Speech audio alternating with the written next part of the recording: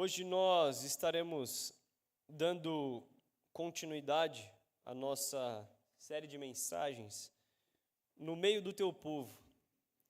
A história da adoração e a presença de Deus com o seu povo. Nós já passamos aqui por algumas temáticas que foram bem preciosas, bem pertinentes para cada um de nós, onde nós falamos lá no início, onde o culto que começou lá no Jardim do Éden, falamos sobre o lugar do encontro, o tabernáculo, onde o Renato nos explicou algumas questões muito interessantes sobre o tabernáculo, que se nós podemos dizer, é onde essa ideia de culto, de adoração, parece que começa a se iniciar. Falamos sobre a glória que enche a casa, o local onde Deus se manifesta diante do seu povo. E na semana passada o Renato falou sobre Jesus, o novo templo. O que mudava nas nossas vidas com a vinda de Jesus, esse Jesus que diante de cada um de nós agora era o nosso mediador para com Deus. Hoje, na nossa quinta mensagem dessa série, No Meio do Teu Povo, nós falaremos sobre o corpo e o culto. O corpo e o culto, meus irmãos, que aparentemente, quando nós olhamos de maneira fria, parecem não ter tanta ligação, mas esses dois têm muita ligação. Eles têm muita ligação porque a pergunta que surge diante dessa temática, corpo e culto, quando nós falamos sobre adoração, quando nós falamos sobre a história da adoração e a presença de Deus é: como o nosso corpo participa desse momento de adoração? Como o nosso corpo se envolve nesse momento de adoração? Como o nosso corpo está conectado a essa ideia da presença de Deus no meio do seu povo, diante do culto? Então hoje nós falaremos sobre essa perspectiva, a perspectiva do corpo com a ligação direta com a adoração. O meu corpo e o seu corpo, meus irmãos, ele reage das mais variadas formas aos mais variados acontecimentos que estão ao seu redor. Isso é natural, isso é comum. Um dos exemplos que eu separei aqui é como o nosso corpo reage diante do medo. O Zac está aqui, ele não me deixa mentir. Como uma pessoa que está dentro de um avião e sabe que tem um tufão, um tornado do lado de fora, reage? Como essa pessoa reage? Fisiologicamente falando, o nosso corpo, ele percebe uma situação de perigo e ele começa a liberar alguns hormônios, como adrenalina, como noradrenalina. Esses hormônios, eles aumentam os nossos batimentos, aumentam a nossa respiração, nos deixam ofegante, a nossa pressão começa a aumentar, os nossos músculos começam a ficar em estado de alerta, o seu corpo começa a ficar em estado de alerta. É assim que uma pessoa com medo reage. É assim que o corpo de uma pessoa com medo reage. O seu corpo começa a dar sinais desse medo sentido. A sua pressão aumenta, o seu batimento aumenta, todo o seu corpo agora está em estado de atenção. Essa é a reação do corpo ao medo. Mas qual é a reação do corpo, por exemplo, a um abraço? Fisiologicamente falando, todas as vezes que nós abraçamos alguém, todas as vezes que nós abraçamos pai, mãe, namorado, namorada, esposo, esposa, nós estamos nos sentindo seguro. E o nosso corpo libera um outro tipo de hormônio, que é a ocitocina, que para muitos é o hormônio do amor, o hormônio do vínculo, o hormônio que faz com que nós estejamos tranquilos, o hormônio que faz com que a nossa frequência cardíaca diminua, com que o nosso corpo se sinta mais relaxado. É isso que acontece quando você abraça uma pessoa que você tanto ama. O seu corpo, ele se sente seguro, ele se sente no local exato, no momento exato. E essa é a resposta do seu corpo a um abraço. A um abraço de vó, a um abraço de pai, de mãe. O nosso corpo, meus irmãos, ele reage das maneiras mais variadas, às mais variadas situações. Aqui eu dei dois exemplos do abraço e do medo, mas o seu corpo, ele reage de diversas outras formas durante a semana, durante um único dia, às diversas situações que nós somos impostos. Esses exemplos, eles nos apresentam como sempre o nosso corpo reage a algo.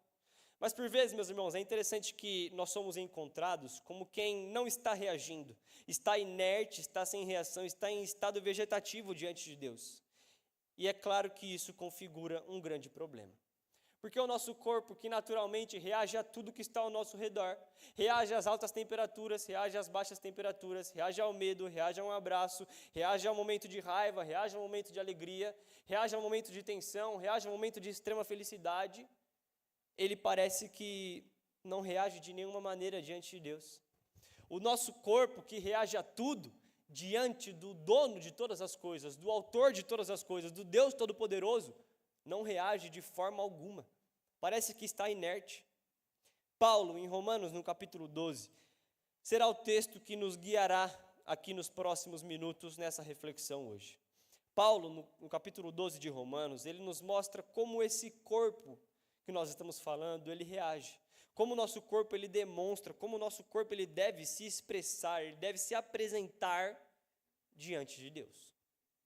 Esse corpo que reage a tudo, se expressa a tudo, apresenta respostas a tudo, como ele deve se expressar, como ele deve se apresentar diante de Deus. Portanto, eu gostaria que você abrisse aí a sua Bíblia, lá em Romanos, capítulo 12, nós iremos ler apenas os 2 primeiros versículos. Romanos, capítulo 12, os 2 primeiros versículos. Obrigado.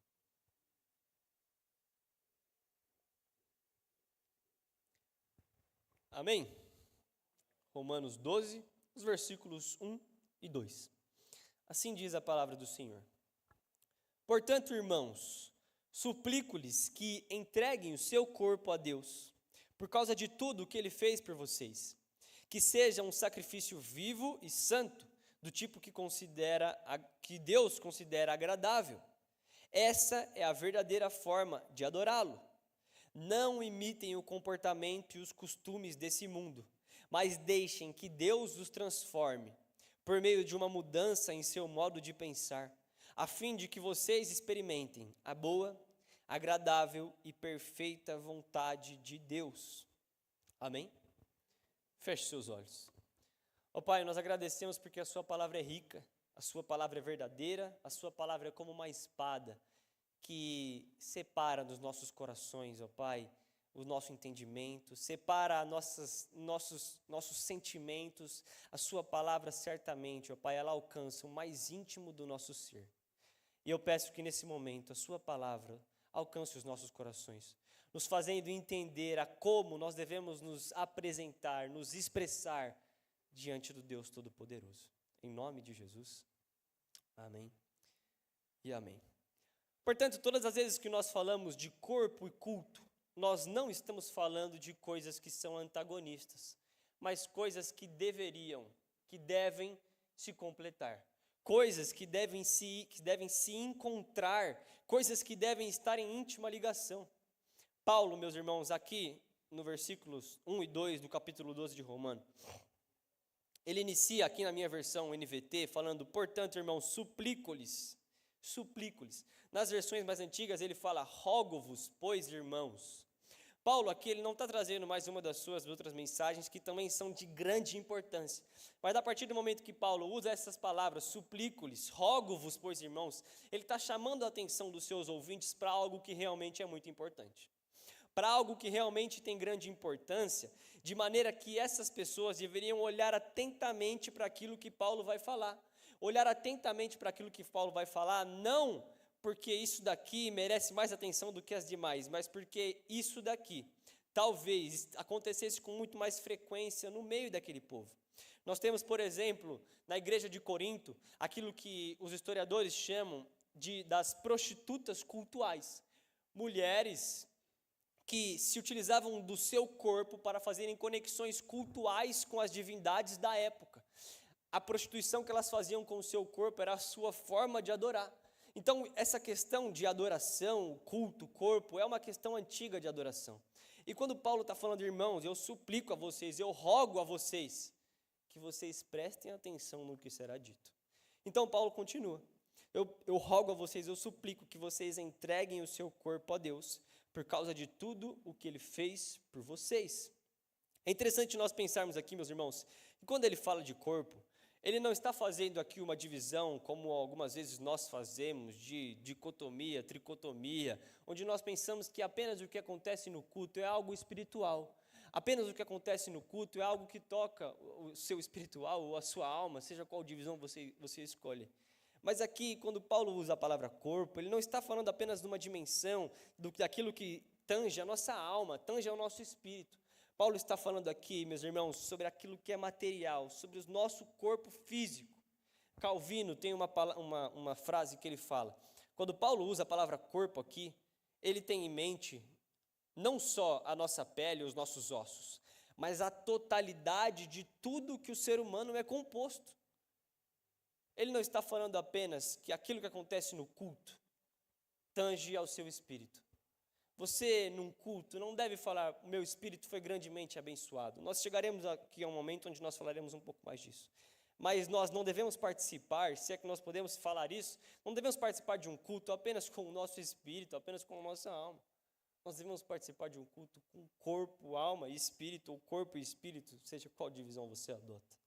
Calvino continua falando que Paulo adota a palavra corpo para que ela pudesse designar plenamente tudo o que somos, pois os membros do corpo são os instrumentos pelos quais executamos os nossos propósitos.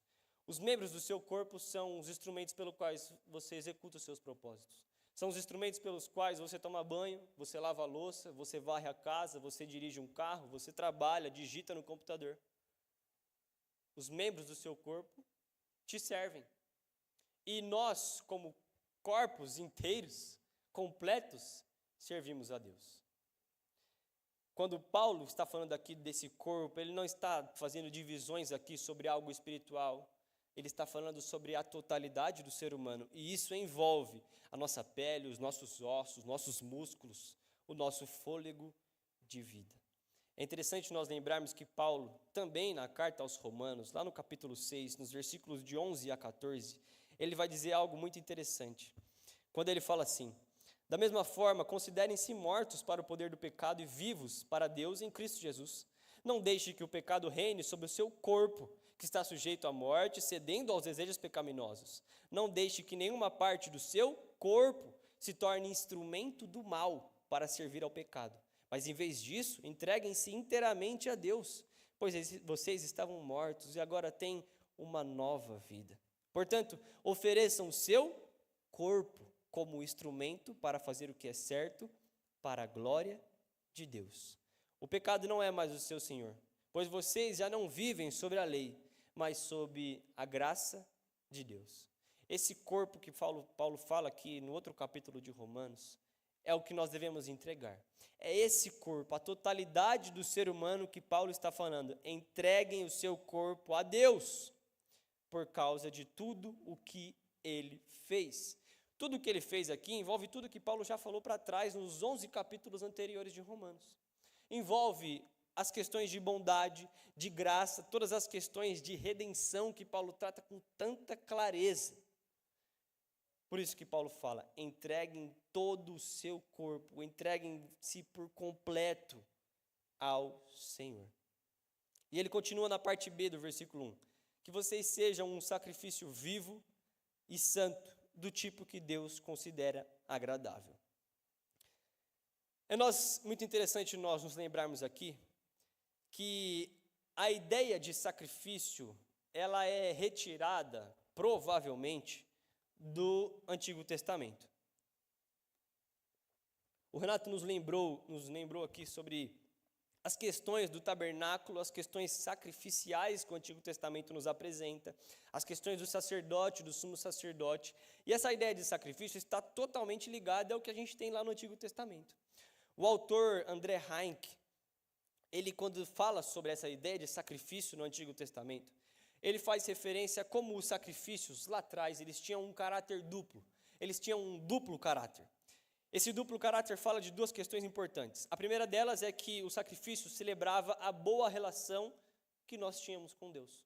O sacrifício celebrava a boa relação que as pessoas tinham com Deus. E a segunda questão é que o sacrifício redimia essa relação, quando essa relação estava quebrada pelo pecado.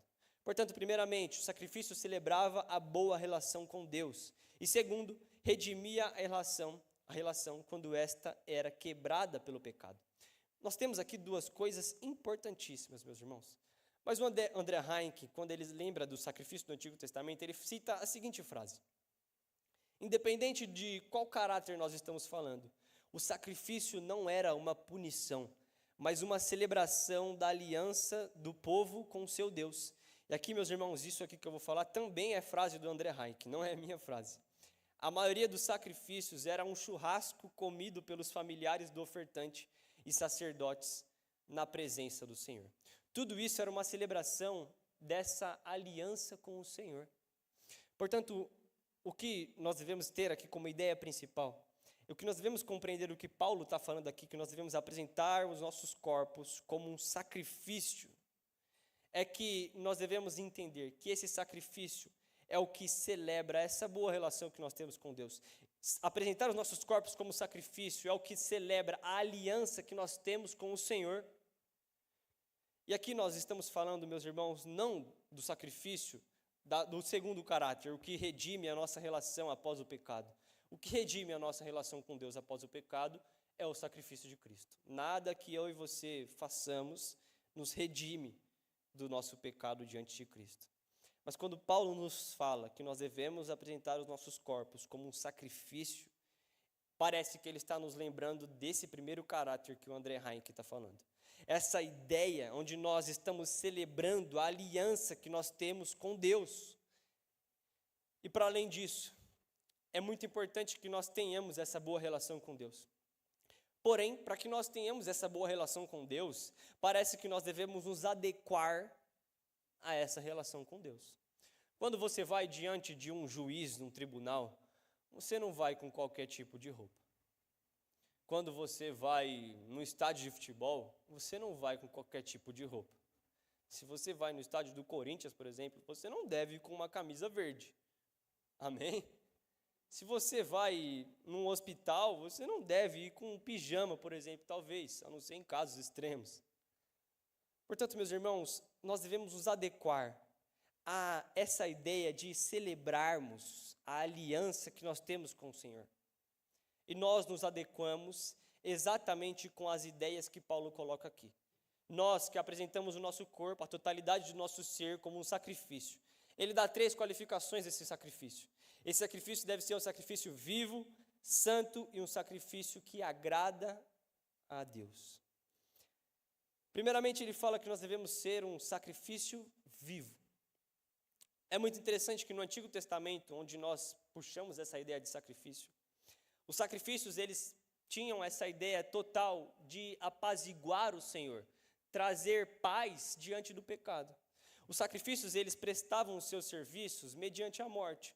Aquele cordeiro, ele era selecionado, aquele animal, ele era selecionado e ele morria, ele era morto e apresentado como sacrifício. A ideia que nós temos aqui de sacrifício não é de um sacrifício morto, mas de um sacrifício vivo. Porque nós prestamos o nosso serviço, nós estamos sendo úteis diante do Senhor mediante a nossa vida. E nós somos esse sacrifício vivo, apresentado diante do Senhor com vida, não com morte, como no Antigo Testamento. E essa vida é uma vida consagrada a Deus. Esse sacrifício, meus irmãos, esse apresentar o nosso corpo como um sacrifício vivo, faz com que nós vivamos a nossa vida não de maneira à toa, mas faz com que nós vivamos a nossa vida de maneira consagrada a Deus. Faz com que nós vivamos, seja comendo ou bebendo, como o próprio Paulo fala. Seja comendo ou bebendo, façam tudo para a glória de Deus. Se lá atrás, nas ideias do Antigo Testamento de sacrifício, aquele cordeiro servia ao sacrifício morto, nós, hoje em dia, servimos ao Senhor como esse sacrifício vivos, vivíssimos. Porque o Senhor quer de nós, não que nós morramos, mas que nós entreguemos a nossa vida a Ele. A que nós entreguemos a totalidade do nosso ser. A que nós entreguemos cada suspiro nessa terra a Ele. João Crisóstomo, um pai da igreja, em 347 depois de Cristo, ele tem uma frase de como nós podemos tornar o nosso corpo um sacrifício. E ele responde: nós tornamos o nosso corpo um sacrifício quando os nossos olhos não contemplam mais o mal. Isso sim será um sacrifício. Quando a nossa língua não profere nenhuma palavra má, isso sim será uma oferta. Quando as nossas mãos não operam o que é pecaminoso, isso sim equivale a um holocausto. Mas tudo isso ainda não é o bastante, pois acima disso nós devemos nos esforçar ativamente em fazer o bem. em estender as nossas mãos ao que está necessitado, em ser uma boca que bendiz ao próximo, mesmo que ele esteja nos amaldiçoando, em sermos ouvidos sempre prontos a dar atenção a Deus. Nós tornamos o nosso corpo como um sacrifício vivo quando nós entregamos todos os nossos atos, todos os nossos afazeres ao Senhor. Quando nós entendemos realmente o que essa ideia de consagração ela quer dizer, é nós entregarmos totalmente ao Senhor tudo o que fazemos. Quando Paulo cita, quer comais, quer bebais, façam tudo para a glória de Deus, meus irmãos, isso parece ser totalmente revolucionário, isso parece ser totalmente extremista. Você pega a pessoa por completo e agora tudo o que essa pessoa faz é para louvar a Deus. Nós parecemos que vivemos longe disso. Parece que nós conseguimos selecionar. Isso realmente eu faço para Deus. Não, mas isso aqui talvez eu não faça tanto para Deus. Talvez o meu final de semana seja mais para Deus do que os dias da minha semana. Mas a ideia do Senhor é que nós sejamos esse sacrifício vivo e que não na morte, mas na vida, nós possamos ser seus. A segunda questão que ele coloca é nós devemos ser um sacrifício vivo e um sacrifício santo. Um sacrifício santo, meus irmãos, é aquele que é produto da influência santificadora do Espírito Santo. Nós falamos alguns meses atrás sobre, na época do Pentecostes, sobre o Espírito Santo. Nós falamos uma das mensagens sobre como o Espírito Santo ele nos santifica. Ele nos santifica, meus irmãos, exatamente porque nós devemos nos adequar aos padrões de Cristo, para que nós estejamos em contato com Cristo. Nós devemos adequar ao padrão do Todo-Poderoso Deus, para que nós estejamos em contato com o Todo-Poderoso Deus. E o que Paulo coloca aqui é que nós servimos a Ele como esse sacrifício vivo, servimos a Ele como esse sacrifício santo. Sacrifício santo que nós temos de passar a partir desse contato com o Espírito Santo, que é esse santificador das nossas vidas. Portanto, nós temos sacrifício vivo santo. E por fim, nós temos aquele que é agradável. Me parece que os dois primeiros, eles levam ao último. Me parece que aqueles que são um sacrifício vivo, aqueles que são esse sacrifício santo, que passaram pela obra de santificação do Espírito Santo, esses são o que agradam ao Senhor. Esses são os sacrifícios que agradam ao Senhor. Se nós pensarmos nesses três, parece que nós precisamos muito dos primeiros dois para que o terceiro aconteça. Parece que nós precisamos muito que toda a nossa vida seja do Senhor, completamente do Senhor. Nós precisamos muito que toda a nossa vida seja santa e santificada pela obra do Espírito nas nossas vidas, para que aí sim o Senhor entenda que nós somos um sacrifício agradável, um sacrifício de bom tom, um sacrifício aceitável a Ele. E aqui eu uso das palavras do André Heinck. Esse tipo de vida, de alguém que vive a sua vida completa em louvor a Deus, de alguém que se santifica para o Senhor, de alguém que quer que o Senhor seja agradado com a sua vida, é como nós participarmos de um dia de churrasco, um dia agradável, um dia gostoso, um dia de partilha. Quando Paulo fala aqui que nós devemos apresentar o nosso corpo como um sacrifício vivo, santo, agradável ao Senhor, ele está falando aqui, meus irmãos, que em todos os momentos, vivendo, seja se santificando, a nossa vida deve agradar ao Senhor. Os nossos corpos devem agradar ao Senhor. Sabe, porque parece que não adianta nós orarmos, se toda a nossa vida corporal, a nossa vida exterior, continua com pouca ou nenhuma mudança. Portanto, o que Paulo fala aqui é que nós devemos ser esse corpo. A totalidade do nosso ser deve ser entregue como esse sacrifício ao Senhor. Vivo, santo e então agradável ao próprio Deus. Mais à frente, ainda no versículo 1, por fim, ele vai falar: esse tipo de sacrifício é a verdadeira forma de adorá-lo. Nas versões mais antigas ele fala: essa é a adoração espiritual, ou esse é o seu culto racional. A palavra que ele usa aqui para racional, ou depende da sua tradução, espiritual, é lógicos ou logiquem, uma palavra grega de um termo que já faz menção à palavra lógica, racional. Os especialistas entendem que essa palavra pode ser traduzida com duas questões principais. Realmente ele está falando aqui de um culto que é racional, de um culto que é lógico, ou ele está falando aqui de um culto que é espiritual. Na primeira das ideias, um culto racional, um culto lógico, Ele traz a ideia de que nós devemos levar uma vida de adoração viva, santa, agradável a Deus. E essa é a forma mais lógica de nós nos apresentarmos ao Senhor. É como se você falasse, o que um bebê precisa para se alimentar? Um bebê recém-nascido. Logicamente, ele precisa de leite, ele não precisa de um pedaço de carne, de arroz, de feijão. Isso é lógica. Alguns entendem que quando Paulo está falando aqui, essa é a forma de culto racional, a forma lógica de culto. É como ele está falando diante desse Deus, que eu citei nos 11 capítulos anteriores. Esse Deus que é soberano, que é gracioso, que entregou o seu Filho, esse Deus que é bondoso. É lógico que vocês têm que se apresentar de maneira viva, de maneira santa. É só assim que vocês vão agradar Ele. Mas outra parte dos teóricos entendem que ele está falando aqui de um culto espiritual. Um culto espiritual que vai além do mero ritual de cantar, de levantar as mãos, de orar, de ler a Bíblia. Mas um culto espiritual é aquele que alcança o íntimo do ser de cada um. Mas aqui o que nós devemos nos atentar é que Paulo está sinalizando para como o culto deve ser. E essa parte talvez seja muito importante, meus irmãos, principalmente quando nós falamos dessas duas questões de corpo e culto. Quando Paulo parece que está falando aqui sobre como esse culto deve acontecer, surgem algumas perguntas. Surgiram perguntas na minha mente mesmo, quando eu estava preparando a mensagem. Por que nós iniciamos um culto com o texto bíblico? Por que nós cantamos as músicas que nós cantamos? Por que nós temos um momento de intercessão no meio do culto? Por que nós temos um momento de palavra no meio do culto? Por quê? Será que isso é simplesmente obra do acaso? Isso é o que nós reconhecemos como liturgia.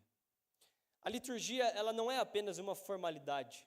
A liturgia, meus irmãos, ela é uma sequência pedagógica e espiritual que conduz a comunidade, desde clamor pela presença de Deus, o que normalmente nós fazemos no início do culto, até o envio para viver o Evangelho, como nós terminamos os nossos cultos. Portanto, repito, a liturgia ela não é apenas uma formalidade, ela é uma sequência pedagógica e espiritual que conduz a comunidade, desde clamor pela presença de Deus até o envio para viver o Evangelho. E é interessante nós pensarmos nessa questão de liturgia, nessa sequência pedagógica do culto, como totalmente necessitada da expressão vívida dos nossos corpos. Sabe por quê, meus irmãos? Porque o culto, ele não precisa ser assistido. O culto, ele precisa ser vivido. Se nós finalizarmos os cultos sendo enviados para vivermos o Evangelho no nosso trabalho, nas nossas casas, aonde quer que seja, e quando nós olhamos para o Brasil e ele está com quase 50% do nosso país, são de evangélicos, denominados evangélicos, e nós vemos que esses quase 50% dos evangélicos causam pouca mudança real no país, isso só pode nos mostrar uma coisa: como as pessoas elas têm vivido pouco o culto e como as pessoas têm assistido muito o culto. Você assiste o jogo de futebol, onde você não é o jogador de futebol. Você assiste a série, a novela, você assiste um filme onde você não é o ator, onde você não é a atriz. Você assiste o Jornal Nacional, onde você não é o William Bonner. Isso você assiste. Mas o culto não. O culto você precisa viver. Você precisa entender que você está aqui como um agente que está em íntimo contato com o Senhor e com a sua igreja. Nós não somos apenas meros espectadores que vimos aqui, saímos de casa, sentamos nessa poltrona gostosa e assistimos. Melhor você ficar em casa. Você não acha? Se foi para a gente sair de casa, para vir para cá, talvez para ficar mexendo no celular, talvez para ficar vagando a nossa mente, é melhor ficar em casa mesmo. Se nós saímos de casa para assistir o Renato pregar, a Renata cantar, o Stanley tocar, talvez seja melhor você fazer isso de casa. Nós prestamos um culto, e isso é um termo comum no meio evangélico, prestar um culto. É diferente de assistir um culto. O culto existe para que nós possamos viver o culto e não assistir o culto. Mais uma vez, você assiste futebol, filme, série, novela, jornal, mas o culto não. O culto você vive. O culto você é o agente que está em íntima ligação, conexão. Você é quem faz acontecer.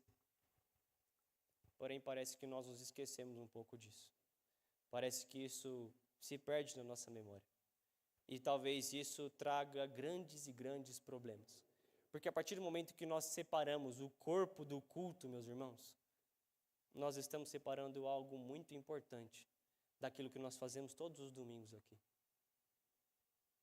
Nossa, mas eu adoro assistir um culto. Eu acho que a sua frase podia ficar muito melhor se você falasse: eu adoro viver os domingos de igreja, eu adoro viver os cultos. Porque se for para assistir, meramente assistir, talvez você assista bandas muito mais legais por aí. Talvez você assista pessoas que falam com muito mais poder, eloquência do que o Renato. Talvez você vá a lugares onde você vai ter luzes muito mais bonitas. Você vai ter arquibancadas, cadeiras muito mais acolchoadas. E aí você vai estar confortavelmente pronto a assistir um show, uma palestra. Mas aqui não. Aqui você não vem para assistir, aqui você vem para viver o culto. E essa é uma mentalidade que nós precisamos ter. Sabe por quê? Porque algumas pessoas acreditam que todas as coisas que nós demonstramos, fazemos com o nosso corpo, elas passam um sinal interior para o nosso corpo de maneira fisiológica. E essa é a importância de nós nos entregarmos, não apenas espiritualmente nos nossos cultos, mas de corpo, completamente, inteiramente. Repito, o culto precisa ser vivido e não apenas assistido. Por fim, no versículo 2, Paulo diz: não imitem o comportamento e os costumes desse mundo. Deixem que Deus os transforme por meio de uma mudança em seu modo de pensar, a fim de que experimentem a boa, agradável, perfeita vontade de Deus para vocês. Quando ele fala disso aqui, é exatamente o que eu estava falando agora. O mundo está acostumado a assistir diversas coisas, diversas peças teatrais muito legais. Mas nós não devemos viver nesses padrões do mundo, nós devemos nos conformar à forma que o mundo nos impõe. Mas o que Paulo fala é: vocês devem ser transformados pela renovação da nossa mente. E aqui, nesse versículo 2, parece que nós precisamos enxergar como se fosse um grande mapa mental, que se retroalimenta. Nós somos esse corpo que se entrega como um sacrifício vivo, santo e que é agradável ao Senhor. Então, nós passamos por novas transformações, nós temos a nossa mente renovada, e então nós voltamos ao Senhor ainda mais aperfeiçoados para sermos um sacrifício ainda mais santo, ainda mais vivo, ainda mais aceitável ao Senhor. Então nós passamos por novas transformações, nós temos a nossa mente novamente mudada, e nós somos aperfeiçoados mais um pouco. E a boa notícia, meus irmãos, é que nós sempre seremos aperfeiçoados.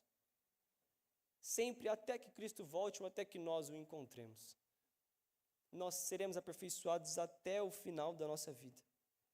Porém, para algumas pessoas que se conformam aos costumes desse mundo, se conformam aos padrões desse mundo, então, realmente, corpo e culto não tem nada a ver, a não ser nos momentos em que nós batemos palma. Corpo e culto não tem nada a ver, a não ser se o que o pastor peça para a gente ajoelhar. Corpo e culto não tem nada a ver, a não ser nos momentos em que a gente levanta e vai pegar um copo de água. Corpo e culto, eles estão em íntima ligação. Quando nós falamos, meus irmãos, de corpo e culto, nós estamos falando sobre adoração. Nós estamos falando sobre a completude do nosso ser, que precisa, que necessita viver a adoração, viver esses ambientes da presença do Senhor. E quando nós separamos isso, nós temos uma confusão. Nós precisamos entender que nós somos esse sacrifício vivo, com uma vida completamente rendida ao Senhor. Nós somos esse sacrifício santo, que somos aperfeiçoados pela obra de santificação do Espírito Santo. Nós somos um sacrifício agradável ao Senhor. Nós somos aqueles que entendem que as liturgias, elas são apenas sequências pedagógicas que nos levam a viver o culto. As liturgias, elas são ferramentas que nos levam a entender, a compreender o que o Senhor tem a nos dizer. O que o Senhor tem a renovar na minha mente. Agora, a partir do momento onde nós saímos de casa apenas para assistir o culto, parece que nós não conseguimos chegar a esse momento de ser renovado, transformado na mente, para assim nos tornarmos mais uma vez uma pessoa que completamente comendo ou bebendo, vive toda a sua vida para a glória de Deus. Nós estamos falando sobre o corpo e o culto. Nós estamos falando sobre a presença de Deus no meio do seu povo. Nós estamos falando sobre a adoração. Nós estamos falando sobre como tudo isso tem a ver conosco ainda. Muitos séculos depois de tabernáculo, de sacrifício. Porém, algumas coisas não mudam, meus irmãos. E uma coisa que não muda é que o Senhor ele não abre mão da minha vida e da sua vida para ter partes de cada um de nós. O que Ele deseja é que nós estejamos por completo diante dEle. O que Ele deseja é que nós nos entreguemos toda a nossa vida. O que Ele deseja é que nós nos santifiquemos por completo, para que assim nós possamos adorá-lo, para que assim nós possamos caminhar para a transformação, para que assim nós possamos entender aquilo que nós fazemos no culto, não apenas como meros pedidos, como meras notícias tristes de irmãos que estão passando por dificuldade, mas como momentos onde nós estamos vivendo adoração ao Senhor, onde nós estamos vivendo aproximação com aquele que nos conhece por completo, onde nós estamos vivendo renovação da nossa mente.